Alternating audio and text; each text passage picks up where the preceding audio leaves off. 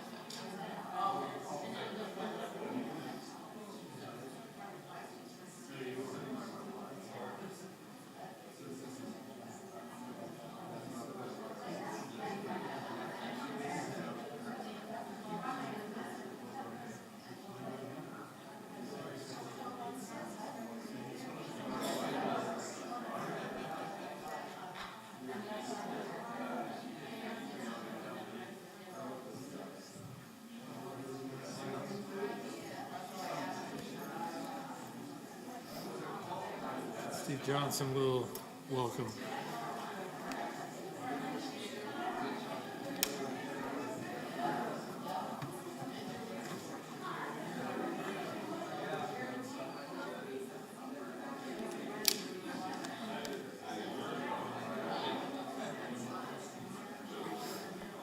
Thanks again for taking the time to do this. I know you're a busy man.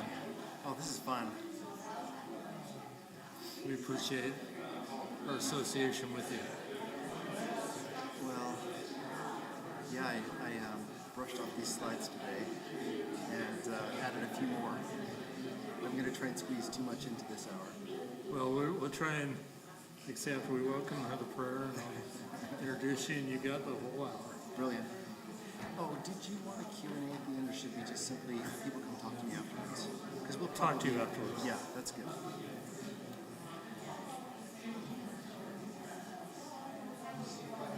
Because we're going to have people, online, and so they may not be able to hear it as well, too. True.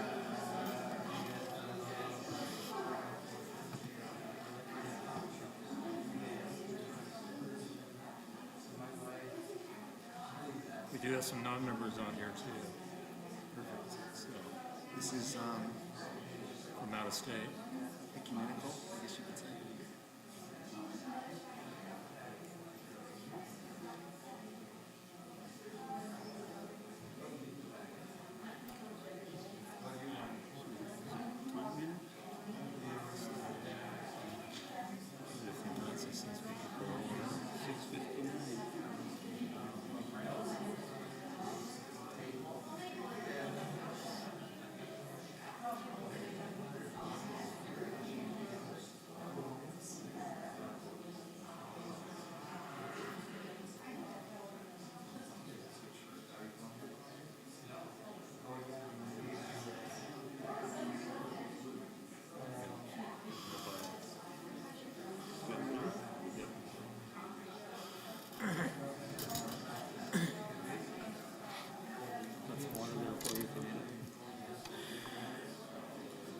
Brothers and sisters, we welcome you to this Family History Center Fireside. We're grateful to host it here in our stake center, and I can see already that we wouldn't have all fit in the Family History Center. So I'm glad that we're doing it here. Welcome, welcome. I'm Brother Johnson. I've been asked to conduct this meeting. My work will be short. We'll have Brother Tom Creighton offer an invocation, and then Brother Scott Richards will introduce our speaker, Brother Dave Wimet, and then at the end of his discussion and question and answers, Brother Robert Rios will offer the benediction to this meeting.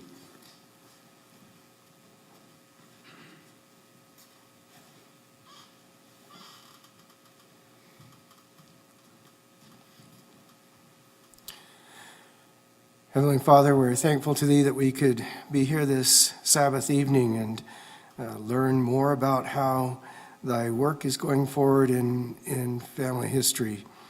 We're thankful to Thee for blessing us with the technology that allows us to further Thy work, and for blessing us with many who are inspired and dedicated to performing the work of researching their ancestors and providing the records and infrastructure needed to enable so many millions to find their ancestors, and that then their work can be done for them in the temple. Please bless us this evening, that we'll have Thy Spirit to be with us. Bless the speaker, that he will be able to convey the thoughts that are in his heart, and that Thou wouldst have. We ask You to bless us and our families and all that we do, and we say these things in the name of Thy Son, Jesus Christ. Amen.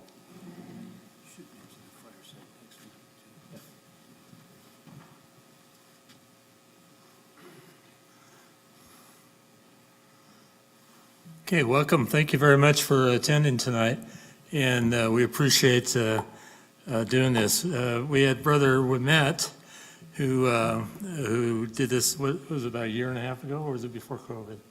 Before COVID. Yeah, I think it was before COVID. So we've had this this presentation here, so it's a little updated, and we're grateful for his work and knowledge, and it'll kind of give you an idea as to behind the scenes what goes on, in his work and as it involves us. in pulling forward this work together. So thank you for attending. Before I get started with his biography, I just wanted to mention we have on May 15th, we have another fireside. It'll be held in the same place. Brother Todd Knowles, who those from Highland East Stake would know. Brother Knowles works for Family Search, and he's, I don't know what was it Chief, where's Maggie? Deputy Chief Genealogical. But anyway, he's over the Jewish relationship between the church and the world, and the Jewish world. So it'll be very interesting to hear his speak. And then May 22nd, the following week, we have another one. It will not be at this facility, but it will probably be, we still are arranging the location for that, so we'll get that out.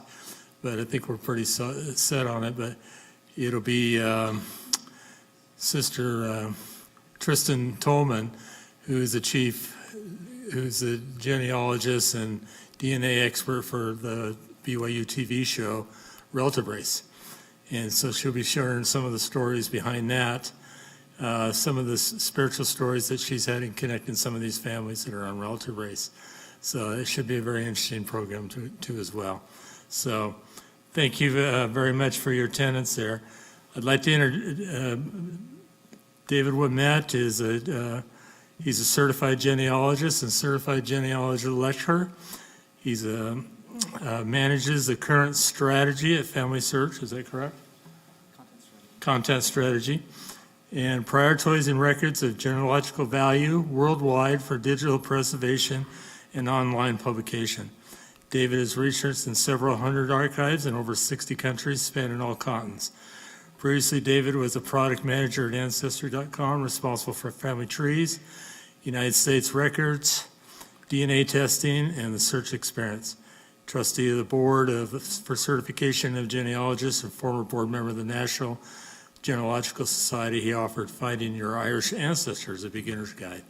So with that, we'd like to turn the time over to Brother Ouimet and to his presentation. Thank you. And did you already announce the closing prayer? Yes. Okay, thank you. It's all yours. Thank you. That was fun hearing a Roots Tech bio. I'm simply a member of our stake and really happy to meet with you and share with you some of the experiences that I've had for Family Search as I've been going around the world, archive by archive, trying to find really good records for family history and genealogy research. So what I was hoping we could do this evening is get a global perspective by seeing how the kinds of records on family history that are available around the world and get some kind of a sense of how people celebrate family and the bigger family of ancestry. It's quite different depending on the country, depending on the culture. And so I'm hoping that you get some insights today as we go through some of these slides. So I've been to a number of countries around the world for Family Search, going to archives, libraries, record repositories, if you will, trying to find the historical documents that tell the stories about our ancestors. And these are the countries that I've been to for Family Search in Africa, Asia, the Pacific, Europe, and the Americas. It's just amazing to see what's been preserved in the archives. So I wanted to touch upon the highlighted countries here, just with little vignettes in each country to get a taste of what the family history work is like in each of these places. So first of all, I'd like to go to Iceland.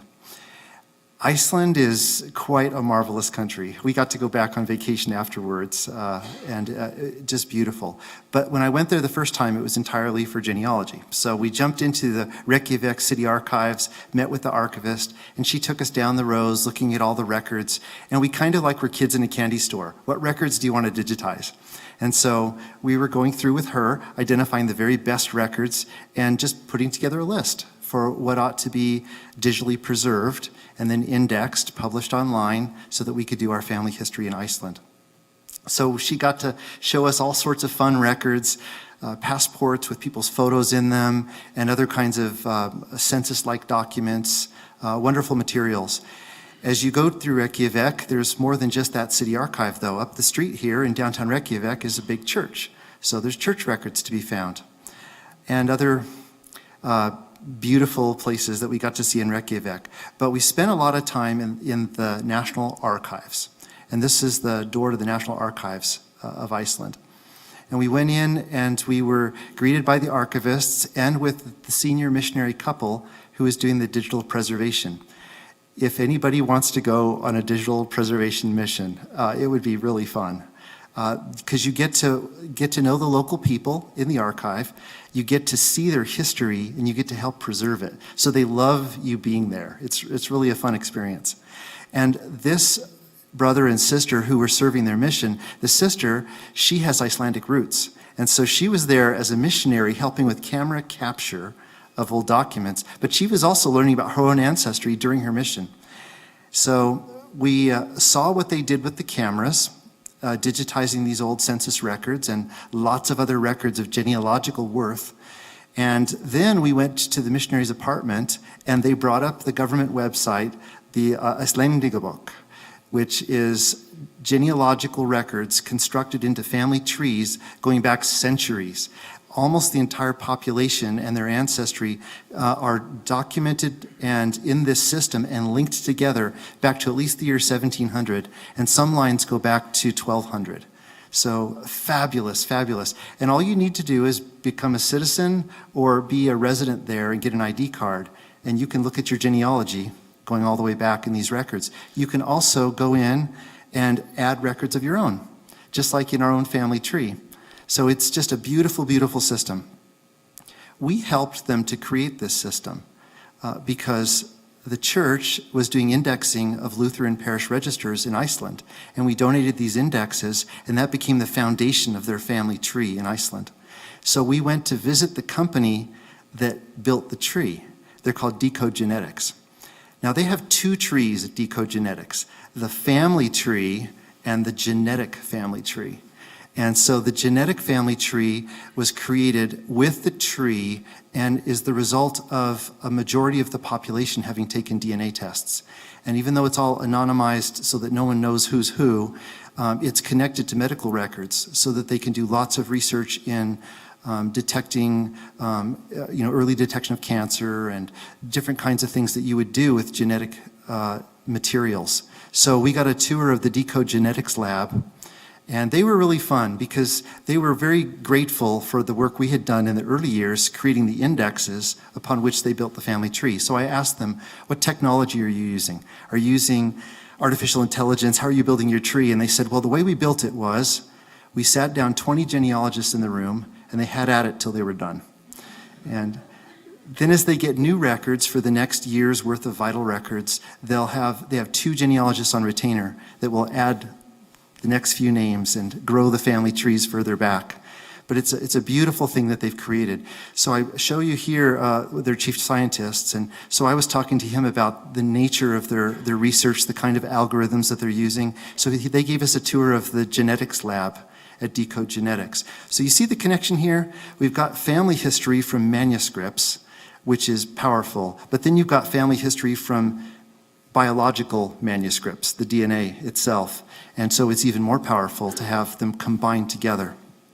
So we went to the lab, he showed us the equipment they were using. And when you take one of those DNA tests, they basically take whatever sample you're giving them and they isolate the DNA, they magnify the DNA, and they put it on a chip. And then they're able to go through these chips and just read your genetic code. And that's how they do these DNA tests. And then they feed these into computers, the genetic code, in this case, of hundreds of thousands of people. And they're able to find similarities, able to find relationships. And so it's just a marvelous genealogical record. So that's a quick view of Iceland. Now we're going to go to Aotearoa, or New Zealand. And we got to do some really interesting things in New Zealand. I'm very focused on New Zealand this year because we're hoping to do a oral genealogy pilot where we go in with the Maori people and help to digitally preserve their oral histories to go along with the paper records. So we started off in the the archives. And this is what you'll see in a very modern world-class archive. There will be a reading room like this. Those pillows are not to go to sleep on. Those pillows are to put the very delicate books that they'll bring out so that the bindings don't break when you put them down on the desk. They may give you gloves to make sure that you don't get any oils on the paper, but you're looking at records that are fragile. And so our partnership with these archives is to take these fragile materials and digitize them so that they can retire the original books so no one has to touch them, but they can look at the online images of the records and learn all that they want to learn about their ancestors. So we went through this archive, and they took us in the back into the stacks to see all of the records that are stored back there and to kind of focus in on those records of greatest value for historians, for genealogists, for family historians. So you can see all these boxes there. Those are the new records they've received. They haven't been opened up and debugged, if you will, and do the things to make them so that they can be nicely stored in a good climate-controlled archive. And so we went through these records. Here's a book from of hospital records, psychiatric hospital records. And so we're seeing these stories about people, photographs about them, and their connections to their relatives, good genealogical materials. And so we were there on this trip to find out what the next set of materials would be to microfilm. So we went in the reading room, and I would fill out these forms saying, give me this record, give me that record. And they would tell me, you got to look at this record, you got to look at that one. So we would assess the materials and find out what are we going to digitize next. And that's what we were doing in New Zealand. After we went to that archive, we went to some more archives that had written records from the mid-1800s of whakapapa. These would be the oral genealogies that had been recorded way back over 150 years ago in written form, and we were going to take the whakapapa and digitize them and then create family trees from them. So you can see some census-like records here, and these are the genealogy books, and sometimes they're written in lineage form. And so these are the kinds of records that are golden for the Maori people. One of the things I did on this trip was visit with the professor who wrote this book on his iwi, his tribe, which is the largest iwi in New Zealand. He was giving a parliamentary presentation on how the native indigenous people deserve to have the land that they have always occupied. And as part of his introduction, he spoke his genealogy. It took over a day. And so it's all documented in the parliamentary papers and published in this book here.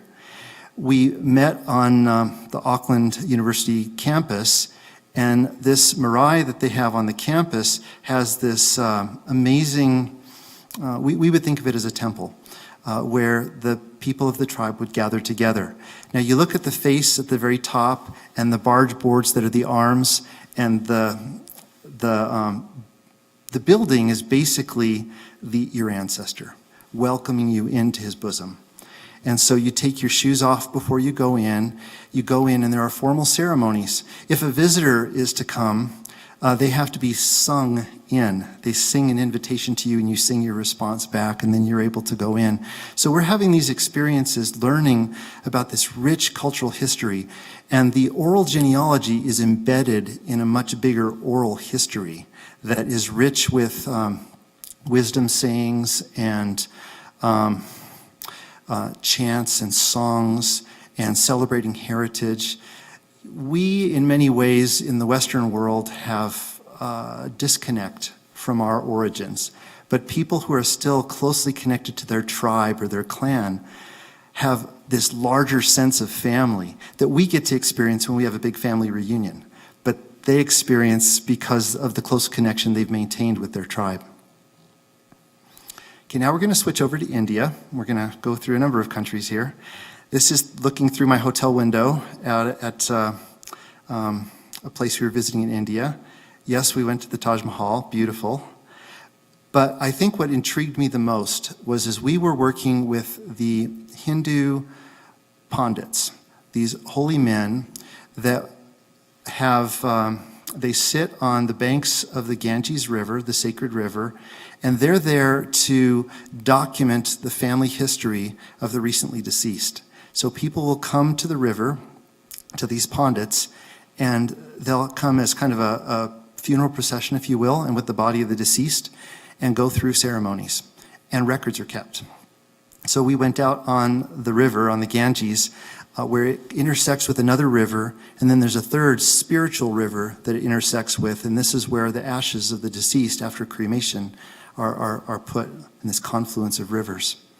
So we met with the Pandits, and each one of them sits on a raised platform near the river Ganges, and they're there to serve the needs of the communities that they each represent.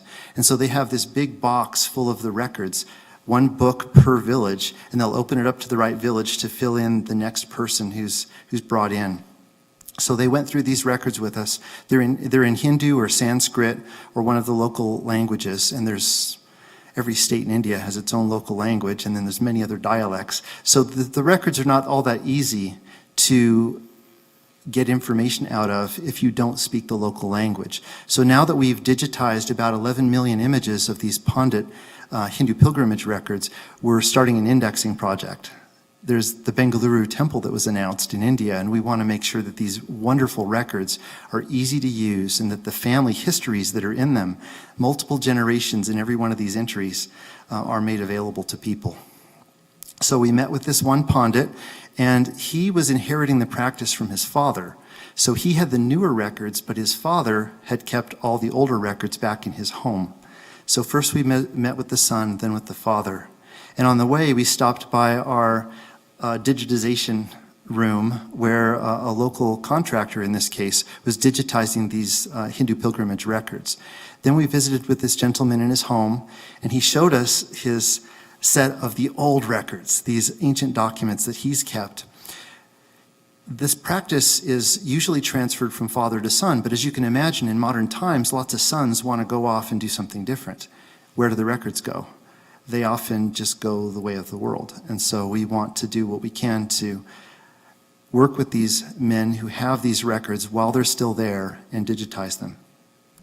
So we went out on his veranda, and he brought out some of the books so we can go through them with him, and he's going through these records with us. And then he brings out a tray of hot sugared milk. Now, I'd been in India for a while, and I was thinking about digestion, and I was thinking about what you should eat and what you should not eat. And he saw a little bit of hesitancy on my face when he brought out this milk for me to drink. So he said, "Oh, here, let me show you where the milk came from." So we walk back into his home, we walk into the front room where the records are, and out of the back room in the house comes the cow. And he says, "That's where the milk came from. It's safe. Don't worry." So just about a dozen kilometers from Varanasi, where we were located on the Ganges, is Sarnath. Now, Sarnath is a very special village. It's where a lot of ancient religions had their beginnings. Gautama Buddha gave his very first presentation on the Dharma at Sarnath. And so this is a pre-Buddhist stupa where a lot of priests go to meditate. And so we went to the deer park where the Buddha first spoke in public, and we got to see these beginnings of Jainism and Buddhism, and it's just beautiful. Then in the evening, we went over to the river to actually see the ceremonies, because not only do people go and they bring the body of the deceased to the river to be cremated and to meet with the Pandit, but then there's the ceremonies. So lots of singing and dancing, and then the funeral pyres that are lighting up the sky at night. And so we went out in boats to watch these ceremonies and see the funeral pyres, and little boys running around and giving you candles on little flowers to float them out on the river as the ashes are strewn on the river. So a very sacred place where a lot of honor is given to ancestors. Lots of other records in India that we're exploring. Here is Hyderabad at the State Archives. So we're looking at the more traditional British India records, birth, marriage, and death type records, and going through these shelves of very old brittle books with the pages just cracking in these books. And you just go through these archives, and it really is like this. The books are laying on the floor everywhere. They're in disarray. They may not be even close to the right shelf. And so digitizing these and then getting them all arranged online is very useful for the archives. So we go through shelf after shelf trying to measure how many camera years is it going to take to digitize this archive. Because their facilities are very simple. Like you can imagine here in this room where they try and do a little bit of curation of old documents. They've got glue, they've got little, press that they do to squeeze the pages together. I mean, it's not 21st century. And so they really welcome digitization partners to help them preserving the records. Here's some records, death records in Hindu. And when we digitize these records, then we have to somehow make it so that they're easy to find. People who've left India and moved to Fiji or moved to the United States or moved someplace outside of India may not even speak the language anymore. And we need to be able to help them to find their ancestors, regardless of whatever the language of the original document is. So we first meet with the archivists and we form these agreements where we're going to digitize the records, and then we go and try and index them and make them more usable. We hint into the family tree and do things to take what would otherwise be very difficult to dig through and try and make it easier to find. A few words on Denmark. This is a country where we've done lots of work over the years. We've done all sorts of microfilming and digitizing and indexing. And Copenhagen is just a beautiful city. It is so rich with history, hundreds and hundreds of years back. We visited the Church of Our Lady and saw the original Christus statue by Thorvaldsen. And aligning this chapel on either side are bigger than life-size statues of each of the apostles. Peter holding the keys. And it's just an amazing feeling you have walking in this chapel. And then there's the deeper history that goes back to Viking times. But of course, there's the archive. So this is the National Archives in Copenhagen. Big runes written on this huge building. And so I just showed you some old pictures of ancient things, but you go in this archive and go back into the stacks where they keep the records. It's digitized. They've got shelf after shelf after shelf with these records all coated with barcodes and in these little bins. And then they have their little fork lists where you go and order a record, it goes to the right aisle, it goes up to the right level, it pulls out the right bin, and then it brings it down for the archivist to carry into the reading room. Fabulous. But what we want is to make it even easier so that you're at home, you type in the name, and then that census record comes up and there's your ancestor right there in the record. Okay, now we're in Ireland, and I'm in my hotel, my little place where I'm staying, and I'm looking out the back window at the parish where my grandfather was born, where he was christened, in Tralee in County Kerry. I walked a lot of cemeteries and looked for the registers, the burial registers from these cemeteries. A lot of the churches are in ruin. A lot of the churches are empty. A lot of these records are now very historical, and there's a lot larger diaspora of Ireland than the number of people living in Ireland. So those of us of the diaspora, some 70 million of us, are seeking these records from Ireland. And so where do we go? We go to the National Archives and the National Library and the Public Records Office of Northern Ireland and all these archives in Ireland. We go to the reading room and we dig into record after record after record. We meet with the archivist and they're like bubbling over saying, you gotta look at this record, you gotta look at this one. And so we're kind of talking the same talk and they're bringing out box after box of the records that we need to get digitized. Here's a record from the Petty Session Court. Why would we want court records? Well, this particular record, the bottom line on this is my grandpa, William Connor of Ballard. And it shows his name here, and he was brought to trial because he was unlawfully casting or throwing fireworks. Now I looked at this and I thought, oh, little teenage boy, he's playing with fireworks, he got in trouble. But my wife, she said, look more closely. So I dug into this record and noticed the date of the record, the date that he was incarcerated, was the 40th anniversary of the hanging of the Manchester martyrs, 3 Irishmen in England trying to fight against the British rule. This was not just a boy playing with fireworks. This was someone who had a passion for Irish independence. And I'm seeing a document that tells that story.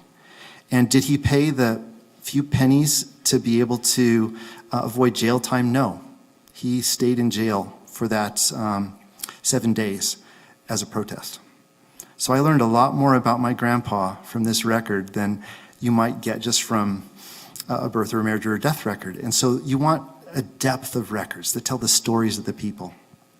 And because I've taken DNA tests, I've connected with relatives in Ireland. So they took me into their home and showed me their records that they'd accumulated on the ancestors. I talk about my great-grandpa, the school teacher, and they'd say, oh, we vacation over where he was a school teacher every year. And so we talked through things. You know, that's one of the funnest things, is when you connect with people in the old world who remember, and they share the stories with you. We went on assignment from Elder Holland to investigate this one researcher's life work in County Cork, Riobard O'Dwyer. What an incredible man. And he played the button accordion. But he was so great. He was like a little leprechaun. It was so fun. And he showed us how he got all the parish registers for these 5 Catholic parishes in the Beara Peninsula and County Cork. After he retired from being a school teacher, he went and interviewed all of the oldest people in all of these 5 villages, gathered all the Catholic parish registers and the other records, and he built all the family trees and incorporated the oral history along with the written history, and then he published them. And we were assessing his manuscript collection. So sometimes a person may have done such an incredible life's work, we want to take advantage of that work and not just the work of a regular archive. Then I went to a very serious archive in Dublin. Let's switch over to Iraq now. We went to Iraq last year and had an amazing experience. In northern Iraq, in Kurdistan, there are many minority religions, and they feel the need to stick together. And so there's an alliance of minorities in northern Iraq that has great support from the government. And then, of course, they're working to secure their rights, their voice in the country, and to preserve their records.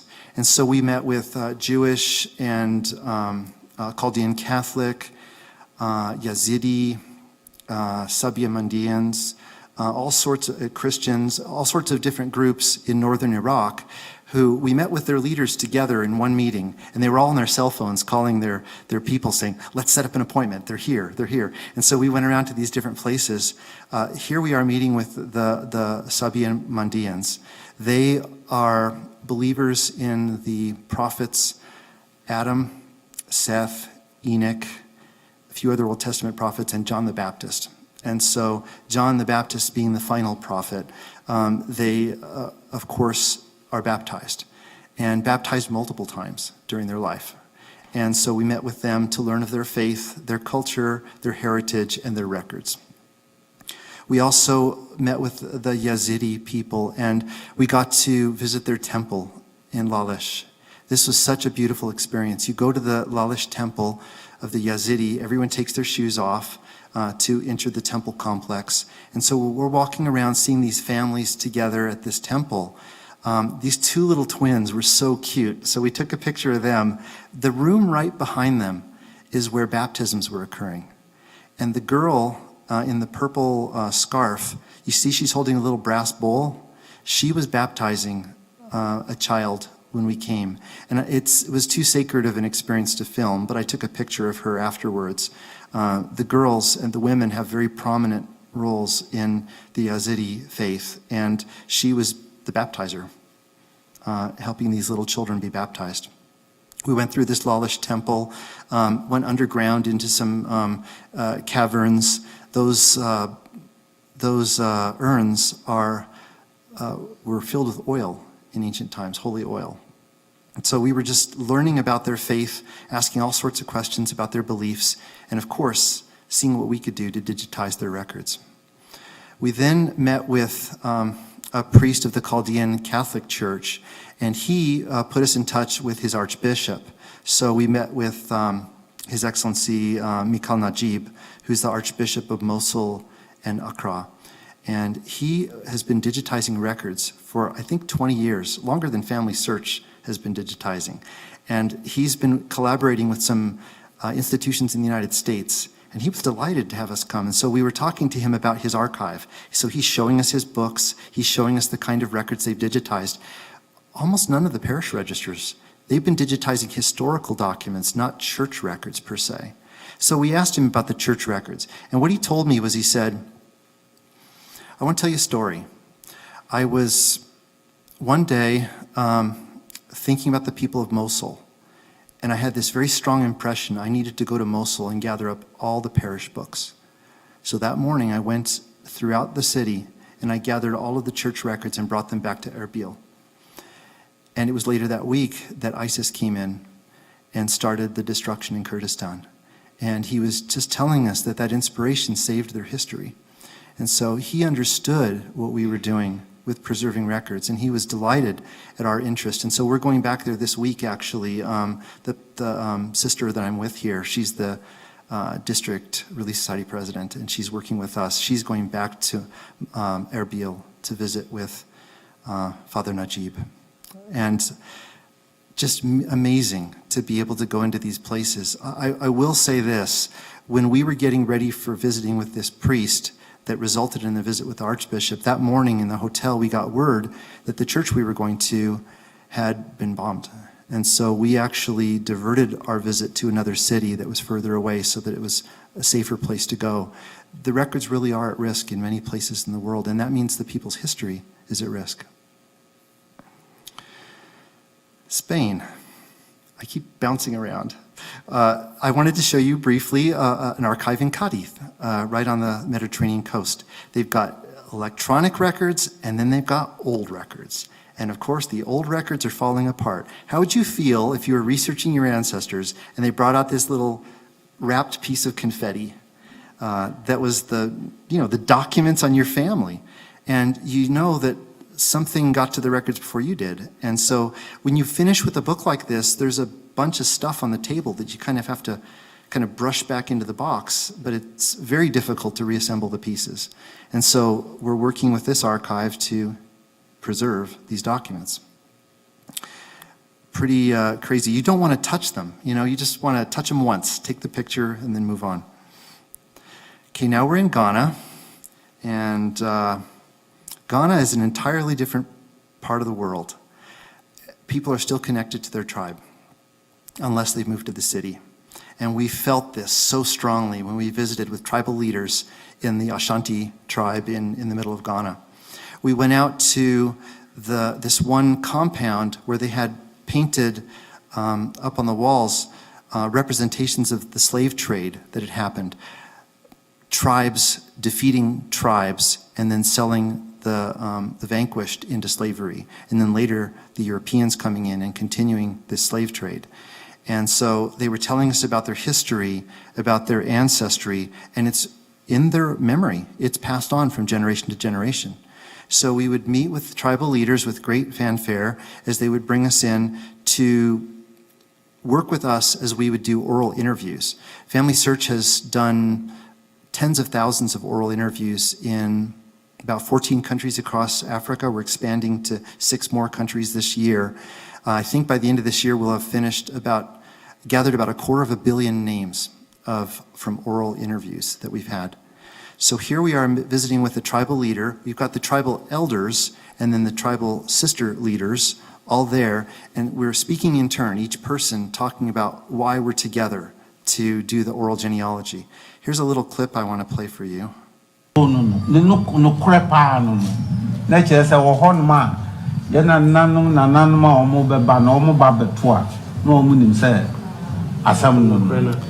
This is my associate speaking in Twi to the people.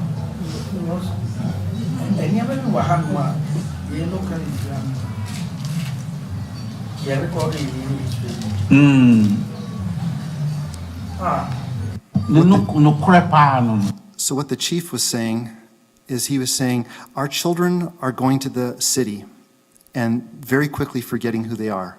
We want you to make sure that as you record the names, you do them precisely, accurately, so that we can give them the book of our ancestors and they will remember and stay connected to who they really are. And the way he said it sounded so much like Malachi with turning the hearts of the children to the fathers. That when it was my turn, that's exactly what I did, is I repeated what he said, but in the scriptural language. But they are so in tune with exactly the services we provide is exactly what they need, because never before have they had such a great outpouring of their younger generation out of the village, and they want to stay connected. So we have these interviews, and we were trying to design what the interview forms should look like, what information to write down to preserve the generations and the details about the people so that they could really celebrate their ancestry. So we were in some of these interviews listening to the sisters talking. You know, one woman would be maybe the informant, but then after 5 minutes, her sister would come over, and then somebody else. And after a while, you've got this big cacophony of people trying to say, you forgot somebody. What about this brother? You didn't name him. And so it's hard for the person who's taking this census of the dead to get it all right. But that's what they do. Okay, now we're going to be in the United Arab Emirates. And we went to this beautiful Sheikh Zayed Grand Mosque in Abu Dhabi. And we got to the mosque at nighttime. I'm not sure if you can hear this. Let me play this for you.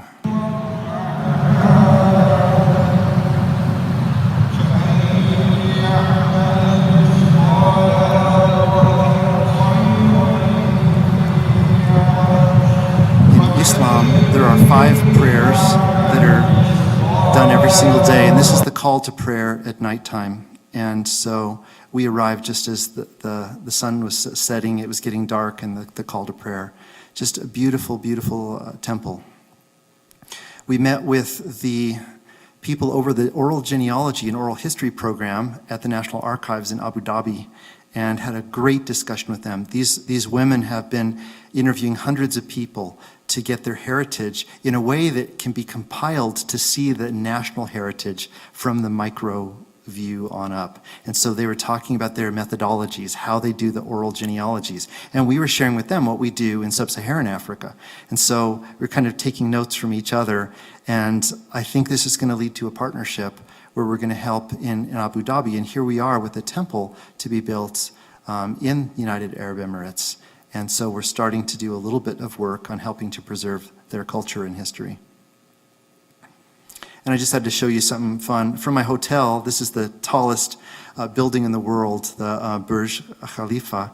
And the other picture is, if you read Arabic, McDonald's. Okay, here we are in Ethiopia now. We got to Ethiopia, and we were invited there by His Royal Highness Prince Ermias Saleh Selassie. And we were able to tour the country with the prince and with Princess Saba, and they opened the doors for us to all the archives. So we met with the national archivist, then he accompanied us as well around the country.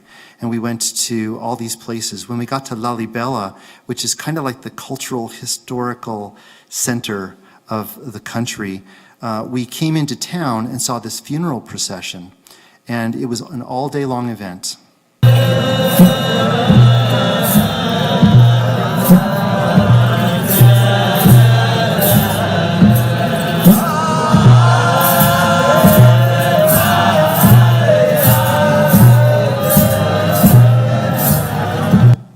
They have sacred music that was written many, many centuries ago. And so their hymn book is very old. And while we were out there, we actually saw some really ancient hymn books. We're talking like from 600 AD, 700 AD. And just that Christianity had a very early introduction in Ethiopia. You even see Ethiopia mentioned in the book of Acts with the Candace of Ethiopia. And so we got to see some ancient manuscripts by going to monasteries. So we went with, here's the prince on the right, and then the princess is with the priest on the left. They're in the royal monastery.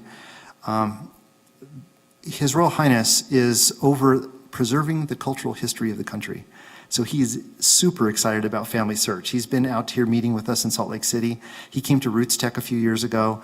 So we're working with them to see if we can preserve their older records as well as their most recent census. And as we went to the monasteries, and we went to so many of them to look at the old records, we got to see such beautiful people It was a very moving experience. In Ethiopia, people memorize at least 7 generations back of their lineage. And this is important for day-to-day life in the village. Like, you're not going to marry a girl if she's got a lineage that connects with you within those 7 generations. So their genealogy has day-to-day uses. And so it's important to know who you are by knowing who your family is. And so this heritage is important. And yet, I talked to the National Archivist, and I put him on the spot, and I said, how many generations do you remember? And he says, I used to know 7, but not anymore. There's no need. I'm in the city. And so this idea of preserving heritage is important as people may get disconnected from their heritage. So here we are looking at a priest on the left-hand side here, a couple other priests on the right-hand side. As we visited these monasteries, here's a civil registration office, birth, marriage, and death records. We would never be able to see these records if it weren't for being with the National Archivist and being with the prince to let us into these facilities to see the documents. Then we went in to look at some records on immigration and citizenship that go back 100 years in Ethiopia. And it's just a marvelous thing to see that these records haven't been destroyed, and yet they're on the cusp of being destroyed. These have already been designated to be pulped, and that's why they want us to come in before that process happens so we can digitally preserve their heritage. And it's because they don't have storage facilities anymore. We went to Lalibela, and this place is famous for stone churches, where the stone ground has been dug out, and so these churches were part of rock, a single piece of rock. Everything was dug away, and what was left was the church building. So they weren't built by adding rock to rock, they were built by subtracting rock. And these monasteries are ancient. Here's an ancient baptismal font right there in the Lalibela complex amongst these 7 churches. And this is a big font. This was baptism by immersion. This was incredible. So we're going through, having a tour, and you go into the monasteries. They're circular buildings, and the outer, think of it as 3 degrees of depth in these buildings. So the outer layer of the building is where people go to worship, to sing. They'll have someone playing the drum maybe as they're chanting. The women will be separate from the men in different parts of the monastery. And then the next level in is where you go to be with the priest. And so here he is. And what is this curtain next to him? Well, in every monastery in Ethiopia, in the most holy place behind the curtain is a replica of the Ark of the Covenant. And one of these monasteries actually has the original Ark in it. That's the culture there. And so they're the only ones that get to go through the curtain into this most holy place. And in the one that has the original Ark, they only go in once a year. Beautiful, beautiful Christian tradition, a very strong faith. Now we're back in Europe, in Lithuania, and it's just so fun going through countries and seeing the heritage, not just the old documents, but their graveyards, their beautiful churches. I must say, though, I didn't spend a lot of time looking at this church, because if you look just over to the right, there's this amazing chocolate shop. So we spent a little time in there. That's the best chocolate I've ever had, is right there in Kaunas, in Lithuania. But of course we go to the archives, and they're waiting for us with tons of records they want us to look at. So we go into the stacks. These stacks are on like little rails, like railway cars, and so they can pull them out like high density storage.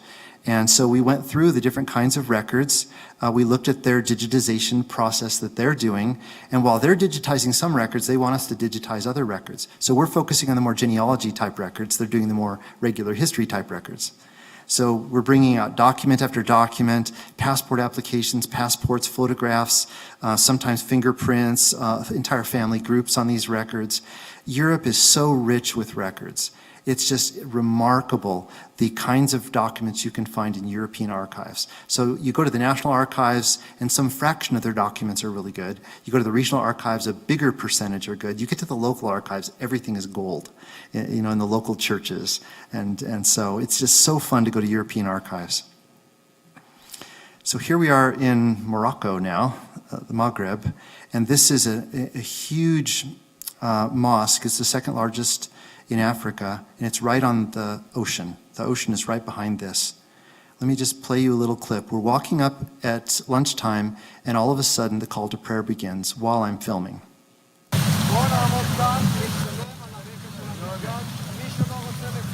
أشهد أن لا إله إلا الله. So the men are walking in a different entrance than the women. They'll wash up first. They'll go through a washing kind of a ceremony before they go in so that they're clean to go into the mosque for this prayer time. It's just beautiful to see the faith and to see the family focus. If you look at the 5 pillars of Islam, it's so aligned with our articles of faith. And it's such a strength of family and that's throughout the culture in the Middle East. It's beautiful. And there was a confluence of so many cultures in Morocco with the Muslim people, the Jewish people, the Christians. So we got to visit with each of the major religions while we were there. Here we are in an archdiocese, a Spanish-speaking archdiocese, which was beautiful because I speak Spanish. So I got to speak with the priest here. He was a delight as he brought out these books, these Catholic parish registers from the 1800s, and we're looking through the baptism, marriage, and burial books. Just beautiful. And it's so fun to go in and see somebody who's got a vision of the history, and they would love our help in preserving the history. It's just an amazing thing. We met with a number of Jewish communities in Rabat, Casablanca, and Tangier, and they are shrinking as a people. They're leaving Morocco, and they're concerned about their heritage. And so they brought out these ancient Hebrew books for us to consider digitizing because they want to preserve their record, and yet they're not going to be able to stay there to preserve it, so they need help. Also, we were with a gentleman who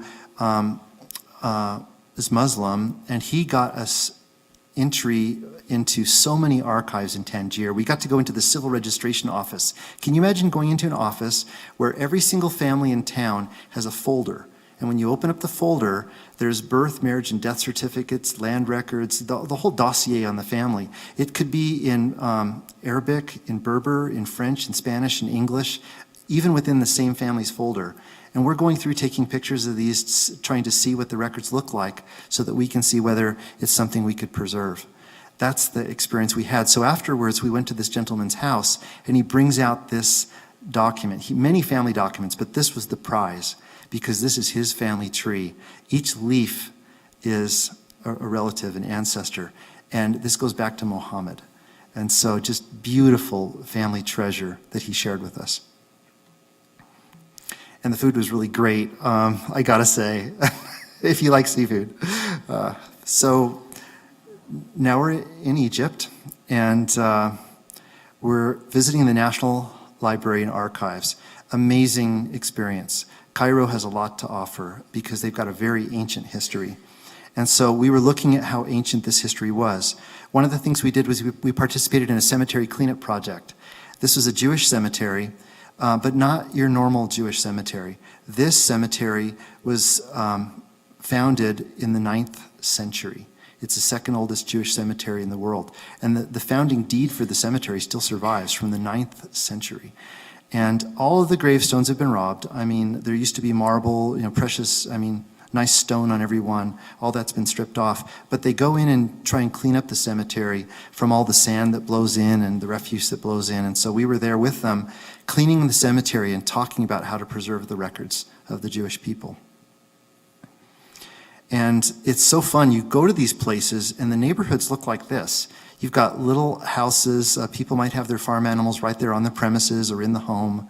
But along with people living there in these current living conditions, you've got the history so well preserved.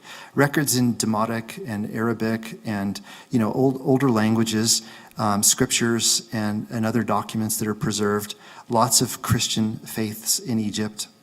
We visited one really early tombstone or burial place, I guess you could say, in Giza. A few nice tombs there. Didn't see any records, but I'm sure there were. But then we went to some more modern cemeteries in Cairo.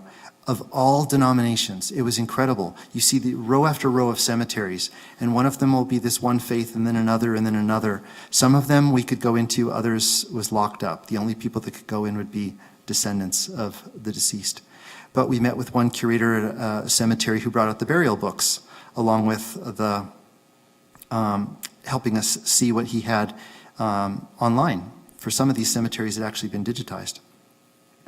We went to visit with the Orthodox Church, the Egyptian Orthodox Church, the Coptic Church in Egypt.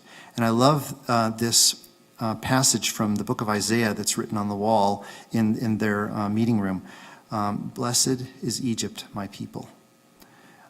And we met with Pope Tawadros II, who is the leader of this faith.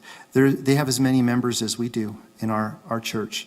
And he was such a generous and amazing man. And we have recently signed an agreement to digitize their parish registers. They're starting with their marriage records. And so we already have a camera in Cairo right now doing the digitization. It's a wonderful thing. He's especially interested in preserving records. And we've worked with his faith for many years doing humanitarian aid projects and school projects, lots of things beyond family history. And now they would like to work with us on the genealogy side. So we got a tour of his cathedral. The older church on the right had a terrorist attack a few years back. And they actually have a mural showing the people that were martyred in that attack. There is a huge need, again, to preserve their people and preserve their heritage. I don't know why I have so many pictures of food, but the food is great there. Let me speed up because I have a few more countries I want to cover with you. We went to the National Library of Nepal and met with the National Archivist and Civil Registration, many different organizations. This was 3 years after a huge earthquake had destroyed many buildings and much of the infrastructure of the country.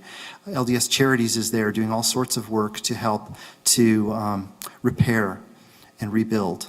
And so they're basically writing checks to local NGOs to do the work of restoring the country after that devastating earthquake. We walked in the library here, a condemned building. Some of the rooms we walked in, the entire floor had collapsed. So we're like on the second or third floor of the building, and they're saying, don't take another step. That's too dangerous right there, there's a hole. And so took a bunch of pictures there. Ancient records. These records are written on palm leaves, if you can imagine that. The National Library told us not a single page of a single record was lost in the earthquake. Every one was restored and put in another library or holding place until they could rebuild their library. So of course they would love to be preserving these documents as well. And the documents go beyond the national level. We went to a sacred river where we saw funeral after funeral with the bodies being cremated, big funeral pyres, and then the ashes strewn on the river. All these funeral processions. We went out to the villages really far away from Kathmandu to get into the little villages to learn what records they have there. Visited schools, visited families. We stayed overnight with this one family in Ramichap, and they brought out their family documents. And then we sat around the dinner with them as they told the stories, and we recorded the oral interviews as Rajesh, the young man that we were working with, was asking questions of his father and just recording the answers for the story. They brought out their land records, and no one's like signing their name. They're putting their fingerprints or thumbprints on these documents. Then they brought out these Brahmin prayer scrolls. This was so beautiful. These scrolls are given when the child is born. Think of it like a patriarchal blessing, with blessings and cursings listed here, actually, and the phases of the moon and where all the planets were when the child was born. Brahmin priests would offer these blessings, and people would keep them throughout their life. It was a few months after this trip, we were visiting a Nepali restaurant in New England, and I asked the owner, "Where's your Brahmin prayer scroll?" And he got a big grin on his face and brought it out to me, a digital copy of it. And these are important documents for families. And so there's more than just old records in repositories. There's family and the records that they preserved. You know, the National Archivist in Nepal, she told us about how families have 3, 4, 5, 6, 7 generations of ancestry memorized, and they recite them together at special times of the year as families. So I asked her, how many generations have you remembered? And she said 17. So she knows what heritage is about, the National Archivist of Nepal. So I encouraged Rajesh. I said, why don't you do an interview during daylight? So he went with his cousin over to visit his cousin's grandma. And here's the interview.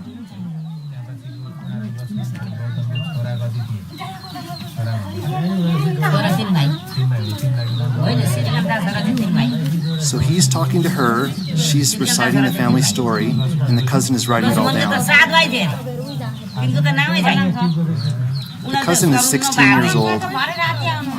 This girl standing there is 16 years old. They're married. The grandma picked the bride because she's a good hard worker and wanted her to work for the family. Amazing culture, very close extended family here. The animals, they wander around freely on the property. It's really fun.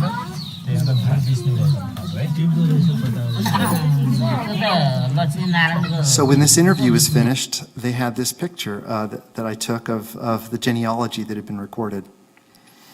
And these genealogies need to be preserved. And so how do we get people access to an app where they can record all of this? A few more countries. Poland. This is my ancestral village. My grandmother, her family was from this village. So this is my grandma, Chelushniak. She married my grandpa. We met. And here's the parish priest. And we met with him in his home. And he said, what can I do for you? And I said, can you show me my great-grandparents' marriage record? So he opens up his book and says, here it is. He says, anything else? I said, yeah, I have a few hundred more people I want to look for. So he brought out his parish book. So we went in the dining room here. He laid the books out on the table. He turned the page. He read the names. I took the picture. And we went through the first few parish registers, and I just took the pictures of the register. And I've been indexing all of them. Just on my own, on a hard drive, I'm going through every single image, all the baptisms, all the marriages, all the burials, just to gather this together. We went to the neighboring parish, because a little branch of the family also was there, and we met with the priest of this parish. Now, this was an amazing parish. It was dedicated by the Pope, Pope John Paul, from Poland. And so we met with the priest, and he says, I love what you're doing. Here's the keys. I'm going to be gone for a few hours. Do whatever you want to. There's my office. All the record books are in there.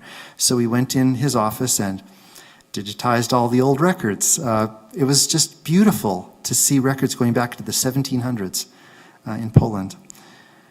We met with the Archbishop of Sarawak here for the Archdiocese of Kuching. He wants us to digitize all of his parish registers. If you can imagine how humid, 100% humid the jungles are in Borneo, that's what we're talking about. And so he wants to gather all of the parish registers from the villages, bring them to a central place at the Archdiocese to have them digitized.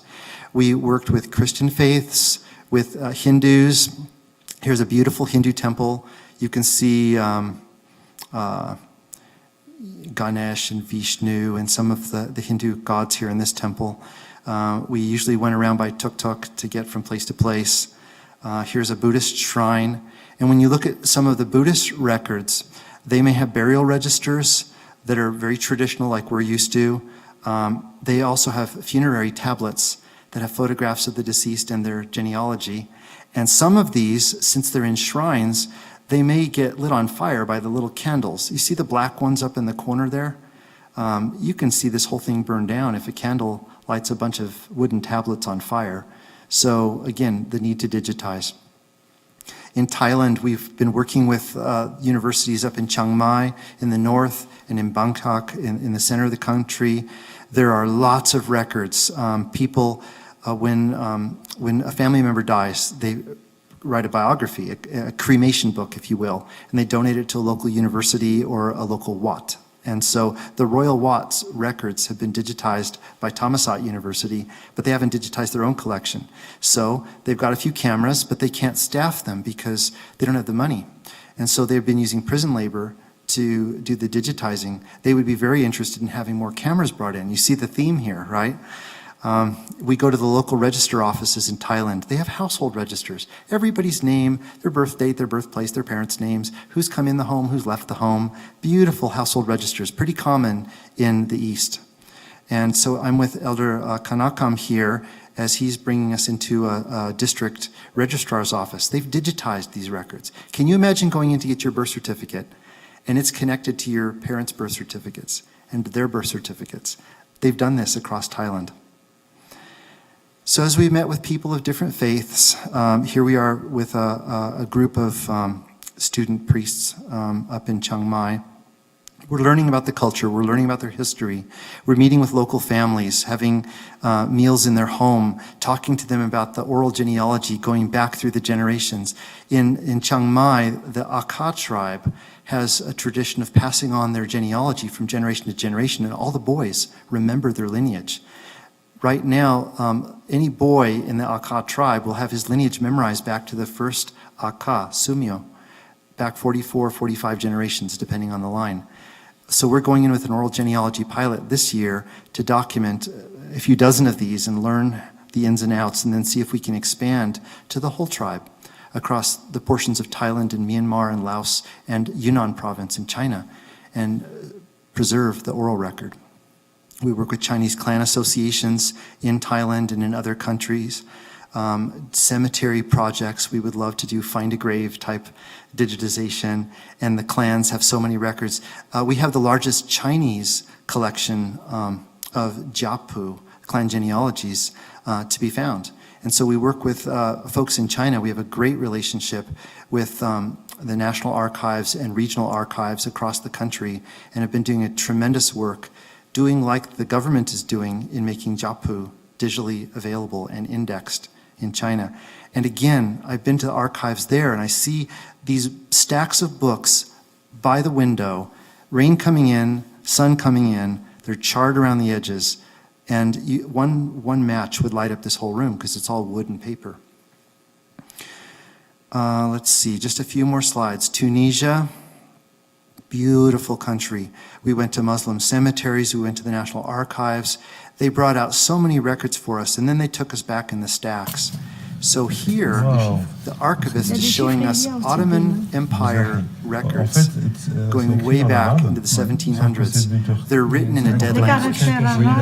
You have to know Turkish, and you have to know Persian, and you have to know Arabic to know the components of this Ottoman Turkish language.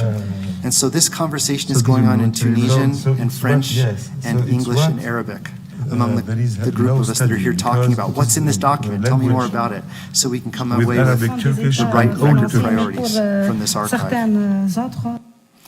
I think this is my last country, Oman. We went to Oman and learned about this was our night in the desert, just at sunset. Gorgeous country. We went to the National Archives to learn about how they're digitally preserving the oral record and actual manuscripts within people's homes. The Sultan was so excited about the people and rebuilding the country that he commissioned the archives to offer services to any family that has any historical artifacts they want preserved, or if they want to have videographers come in and videotape them telling their story. And so they've got this beautiful heritage program going on at the National Archives here. And they gave us a tour of the building, all the records that they've accessioned, even down to the family records. He's holding little scroll boxes from this one family, and a sword from another family in that container there. And they're digitizing manuscripts. So they're doing exactly the kind of work we've been talking about tonight. And yet, against that background, we're seeing camels crossing the freeway in these country roads. And I want to end with one experience I had as I went deep into Oman, near the Yemeni border, and met with this man, this tribal elder, who has written a book in English and in Arabic on his people. He's gone into all the caves, hundreds of caves in the area, and taken pictures of all the ancient pictographs. And he's been able to assemble together what the alphabet looks like from his people, the ancient alphabet. He's been able to learn what pigments they used to draw the pictures. He has found Native American culture in Colorado that has the exact same alphabet as his people. And he's visited Colorado to work with researchers at the university about this. There's a depth to his genealogy. I have a copy of this book. It goes back to Noah, his tribal ancestry. And it's the whole oral history is in the book, not just the oral genealogy. The wisdom sayings, the other aspects of the culture, how the land is divided among the sub-tribes and clans. I mean, just beautiful work. And he's telling me that the most recent generation is forgetting all this stuff. They're into modern technology, they're leaving the city, they're leaving their land and their people. And he wants to be able to preserve this so they have something to come back to. So, concluding, I'd like to just bear my testimony that God's children are beautiful around the whole world. And they have different ways of honoring their family and honoring their ancestors, beautiful ways that we can learn from. It's my hope that we can all appreciate the beauty of God's eternal family as they've been placed all around the world, and that we can be one. And I say this in the name of Jesus Christ. Amen.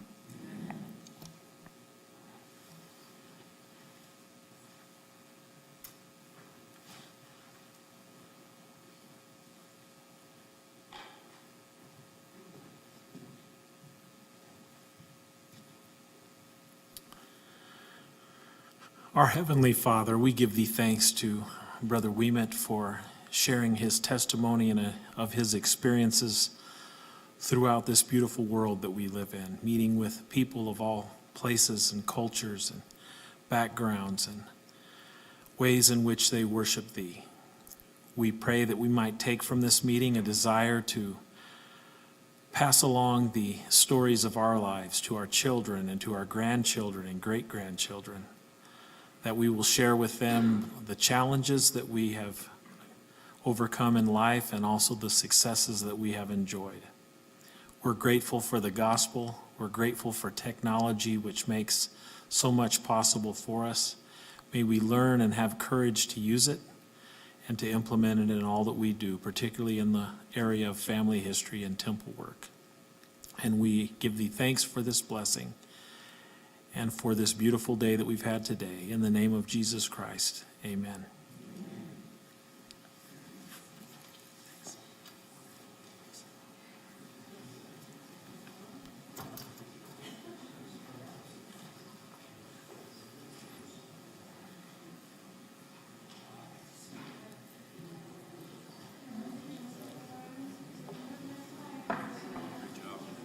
Thanks.